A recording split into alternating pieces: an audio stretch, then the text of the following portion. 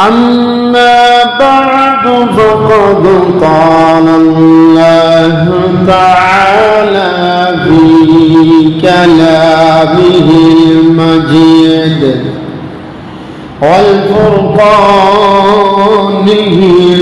الحميد فأعوذ بالله من الشيطان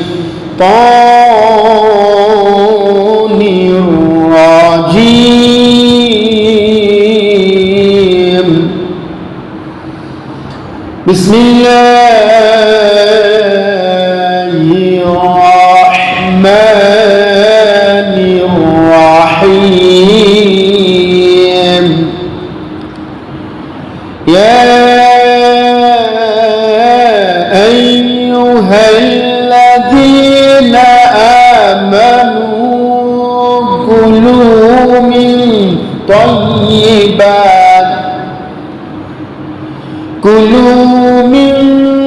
طيبات ما رزقناكم واشكروا لله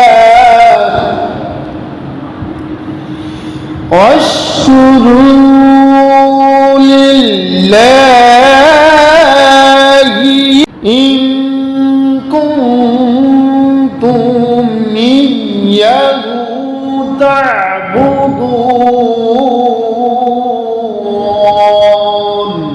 عن عبد الله بن مسعود رضي الله تعالى عنه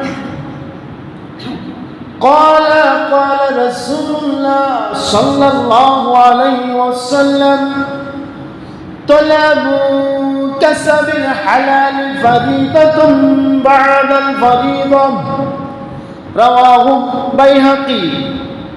عن أبي سعيد الخدري رضي الله تعالى عنه قال رسول الله صلى الله عليه وسلم التاجر الصدوق الآمن مع النبيين والصديقين والشهداء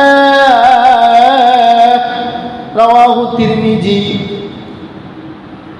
وقال تعالى في شان حبيبه مخبرا وأميرا إن الله وملائكته يصلون على النبي يا أيها الذين آمنوا صلوا عليه وسلموا تسليما. اللهم سيدنا مولانا محمد وعلى آل سيدنا مولانا محمد اللهم صل على سيدنا مولانا محمد وعلى آل سيدنا مولانا محمد اللهم صل على سيدنا مولانا محمد وعلى آل سيدنا মাওলানা মুহাম্মদ চিন্তা করে দেখো রে মন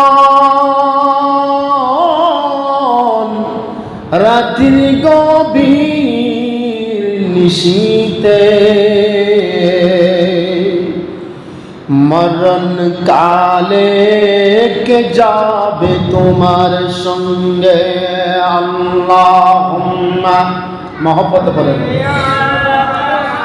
সাইয়্যিদিনা মাওলানা মুহাম্মদ ওয়া আলা আলি سيدنا مولانا محمد আপন আপন করর মন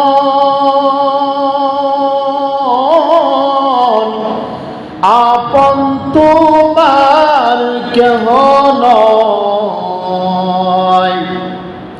যিনি তোমার আপন হবে যিনি তোমার আপন হবে তিনি সোনার মদিনা আল্লাহুম্মা সাল্লি আলা সাইয়্যিদিনা মাওলানা মুহাম্মদ ওয়া আলা আলি সাইয়্যিদিনা مولانا محمد بلغ العلا بكماله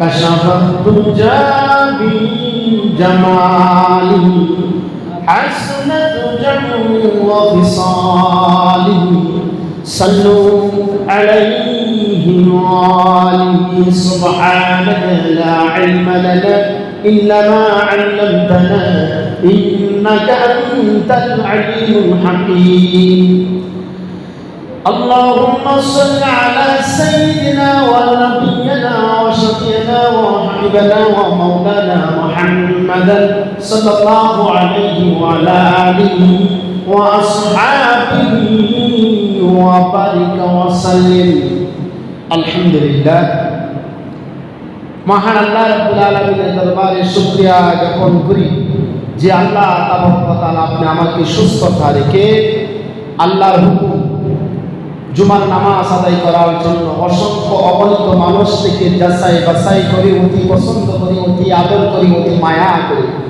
পৃথিবীর ভিতরে শ্রেষ্ঠ জায়গা জান্নাতি পরিবেশে ইমানদার মুত্তাকি বান্দাদের সাথে আসার এবং বসার কাঁধে কাঁধ মিলে একত্রিত বসার সুযোগ করে দিয়েছেন কোরআন হাদিসের আলোচনা শোনার মতো আল্লাহ তাবারক ওয়া তাআলা তৌফিক দিয়েছেন আসুন সে আল্লাহর দরবারে প্রাণ খুলে সবটুকু আবেগ হৃদয়ের আবেগকে উজাড় করে অন্তরের অন্তঃস্থল থেকে সিংহের মতো গর্জিয়ে আছে আকাশ বাতাসকে মুখরিত করে এক বাক্যে এক সুরে কালিমাতুশ শুকর আদায় করে বলেন না আলহামদুলিল্লাহ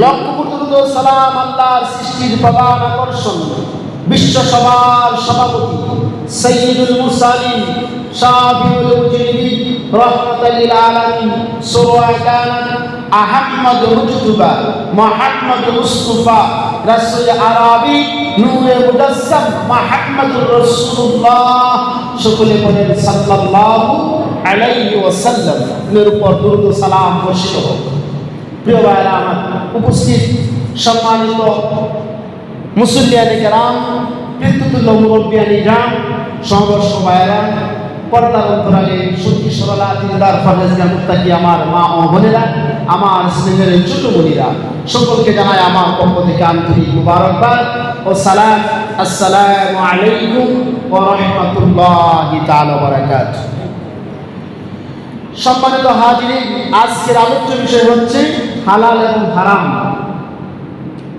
পরশ ইবাদতের উপরে এখানে আমাদের দায়িত্ব শেষ নয় দুনিয়াতে থাকতে হলে জীবিকার প্রয়োজন আছে কি বলেন আছে না নাই জীবিকা অর্জন করতে হলে এটা কি হারাম পন্থা অর্জন করব না হালাল পন্থা অর্জন করব এই আলোচনা কোরআন হাদিস থেকে আসবে ইনশাআল্লাহ ওমা তাওফিকি ইল্লা বিল্লাহ ইনশাআল্লাহু তাআলা তা হালাল এবং হারাম দুটি বিষয় রাসূলুল্লাহর হাদিসে আছে বুখারীর বর্ণনা আল হালালু বাইয়িনুন ওয়াল হারামু বাইয়িনুন হালাল ও সুস্পষ্ট হারাম ও সুস্পষ্ট কোনগুলো হালাল এটা আমার আল্লাহ কোরআন কারীমে বলেছেন রাসূল আরবি সাল্লাল্লাহু আলাইহি সাল্লাম হাদিসে অনেকগুলো উল্লেখ করেছেন কোনগুলো হারাম নিষিদ্ধ কাজ এগুলো কোরআনের মাধ্যমেও জানা যায় হাদিসের মাধ্যমেও আপনারা জানতে পারবেন ভাইরা আমার হালাল এটা হলো অর্থ বৈধ সিদ্ধ যেটা আপনার আমার জন্য আল্লাহ তাআলা নির্ধারণ করে দিয়েছেন জায়েজ করে দিয়েছেন আর হারাম শব্দটা হলো অবৈধ নিষিদ্ধ বিরত থাকা দূরে থাকা হালাল এবং হারাম এইগুলো অত্যন্ত গুরুত্বপূর্ণ বিষয়। ইবাদত কবুল হওয়ার জন্য যদি আপনার হালাল রিজিক অন্বেষণ সবচাইতে বড় একটি মাধ্যম। যদি আপনার দেহটাকে হারাম দ্বারা ভরপুর করে রাখেন, পোশাক হারাম টাকার কিনা, খাবার হারাম টাকার খাবার খাওয়া, পানীয় হারাম টাকার খাওয়া, যা কিছু আছে, তাহলে ওই হারাম টাকার জিনিস খাওয়ার পরে ইবাদত করলে কিয়ামত পর্যন্ত যদি ইবাদত করেন, ইবাদত আল্লাহর দরবারে গ্রহণযোগ্যতা লাভ করবে না।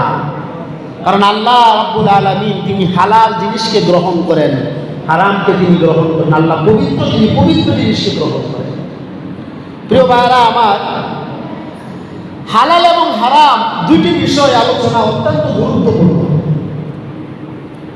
হালাল বৈধ, যেটা আপনার নির্ধারণ আল্লাহ করে দিয়েছেন। আমার আল্লাহ রাব্বুল আলামিন কোরআনের ভিতরে ঘোষণা, ইয়া আইয়ুহাল্লাযীনা আমানু, আল্লাহ বলেন, হে ঈমানদার বান্দারা, হে মুমিন বান্দারা, হে বিশ্বাসী বান্দারা, হে ঈমান আনেওয়ালারা। মানুষ আমভাবে মানুষদেরকে এখানে ঈমানদারকে বলছে। আল্লাহ বলছেন, ইয়া আইয়ুহাল্লাযীনা আমানু, হে ঈমানদার বান্দারা,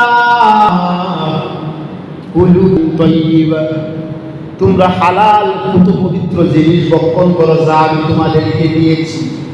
মিম্মা রাযাকনাকুম, তোমাদেরকে যা জিনিসগুলো দিয়েছি হালাল কত পবিত্র জিনিসগুলোকে ভক্ষণ করো।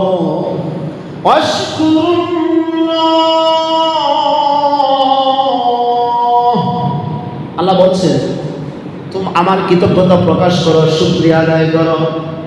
আল্লাহ বলছেন কি, আমার কৃতজ্ঞতা প্রকাশ করো, শুকরিয়া আদায় করো। ইন কুনতুম ইয়াহু তা'বুদুন,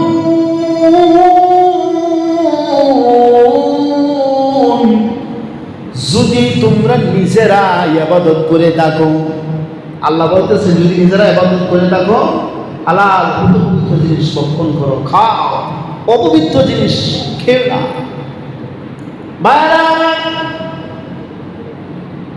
হালাল জিনিস আল্লাহ তাআলা ভক্ষণ করার জন্য বলে দিয়েছেন, হারাম জিনিস নিষেধ করেছেন।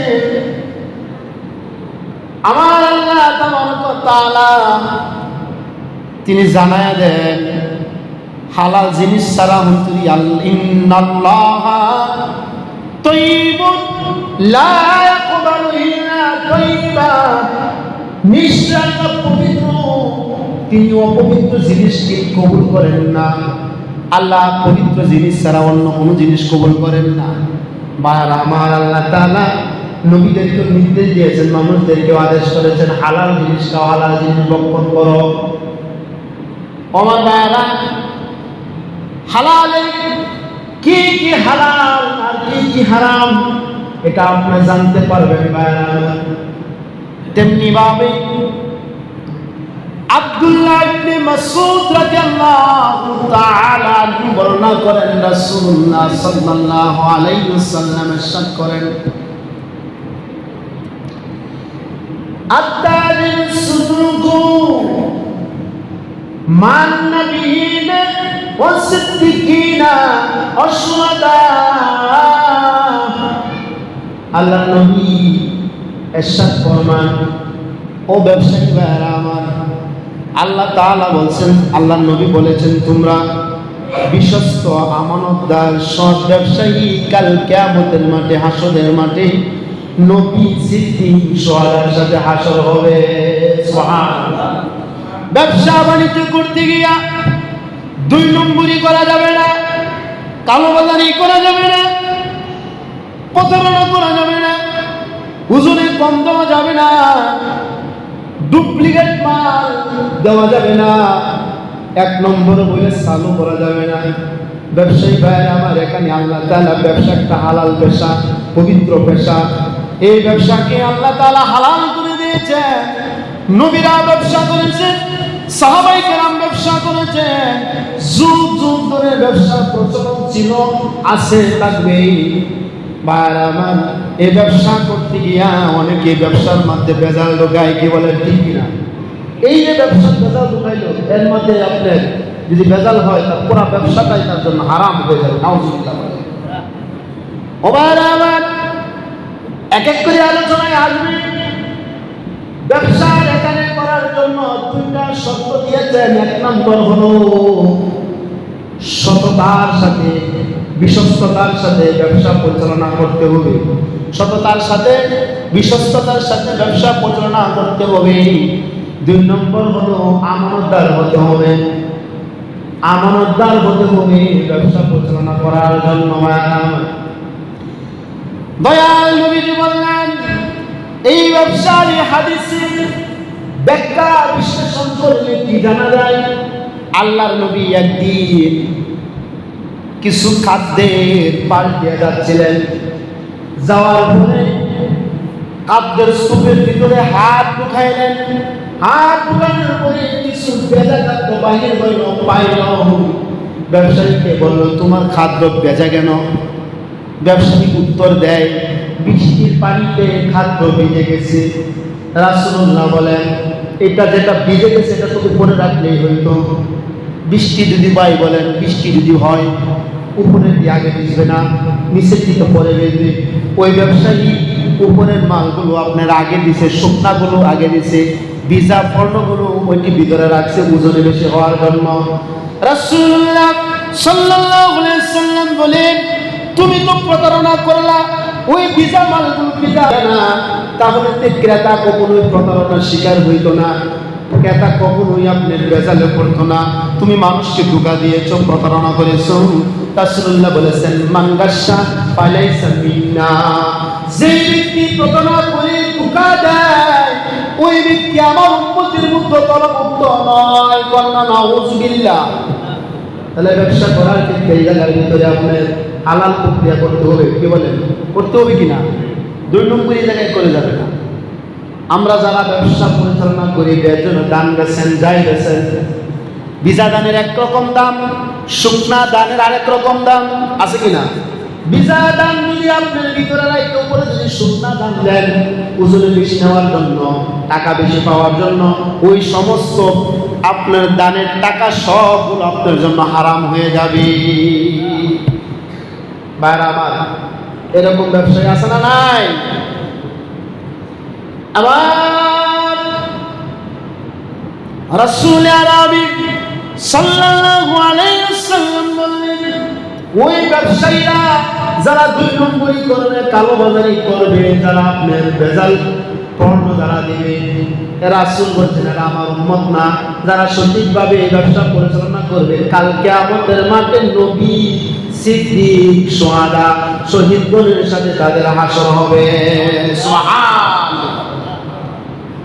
ভাইরা আমার, আমার আল্লাহ বলছেন কি? হালাল জিনিস খাওয়ার জন্য, হারাম থেকে দূরে থাকার জন্য। এবার আসেন, হালাল সুস্পষ্ট সবাই জানে, যেমন হালালের ভিতরে আসছে চাল ডাল, এগুলো আমরা খাই, এগুলো হালাল। চাল ডাল এগুলো কি হালাল? যেগুলো খাদ্য আল্লাহ আমাদের জন্য হালাল করেছেন। মাছ এগুলো আমাদের জন্য হালাল। গরুর গোশত খাওয়া হালাল, কিন্তু আবার মৃত গরুর গোশত না। মহিষের গোশত খাবেন হালাল, ছাগলের গোশত খাবেন হালাল। এমনি আপনার বলতেছি কোন কোন আপনার জন্য হারাম, খাওয়া যাবে না। ভাইয়ের আমার, কোন কোন আপনার জন্য খাওয়া যাবে না, এটা আলোচনা করে আসতেছি। রাসূল আরবি সাল্লাল্লাহু আলাইহি ওয়াসাল্লাম বর্ণনা করেন, হযরত আবু হুরায়রা রাদিয়াল্লাহু তাআলা হাদিসটা riwayat করেছেন, বর্ণনা করেছেন নবীজি থেকে, লা ইয়াদখুলুল জান্নাতা লাহমুন নাবাতা মিনাস সুহতি ওয়া কুল্লু লাহমিন নাবাতা মিনাস সুহতি নার আউলাই বিহি। রাসূলুল্লাহ বলেছেন, লা ইয়াদখুলুল জান্নাতা, ওই দেহ জান্নাতে প্রবেশ করবে না। কোন দেহ? যে দেহটা হারাম মাল দ্বারা, যে দেহটাকে আপনার স্বাস্থ্য বানানো হয়েছে, মোটা তাজা করা হয়েছে, যে দেহটা হারাম মালে বর্ণ হয়েছে, এমন দেহ জান্নাতে প্রবেশ করবে না।